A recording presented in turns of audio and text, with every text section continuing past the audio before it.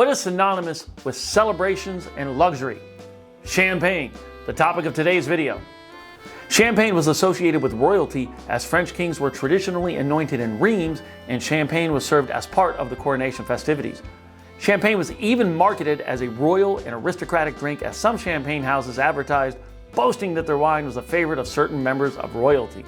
And still today, no other wine conjures up images of luxury like champagne. This association with luxury is part of the reason why champagne is typically more expensive than other sparkling wine. Before we proceed, let's clear up a misperception. People often use the term champagne to apply to all sparkling wines, but that is incorrect. All champagne is sparkling wine, but not all sparkling wine is champagne. So what exactly is champagne?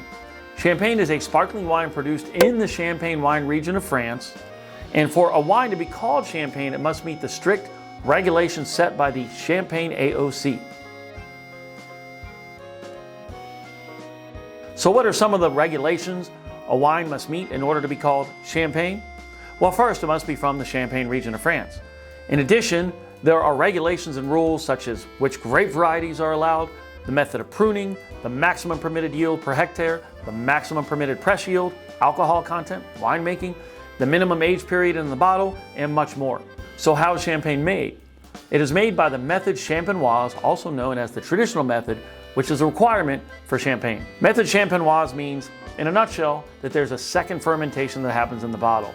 A noteworthy flavor characteristic of champagne is a yeast or kind of brioche type character. This is due to the method champenoise and the lees. So why all the rules and regulations? Well, to protect you, the consumer. The beauty of these rules and regulations is that you are buying what the name claims to be.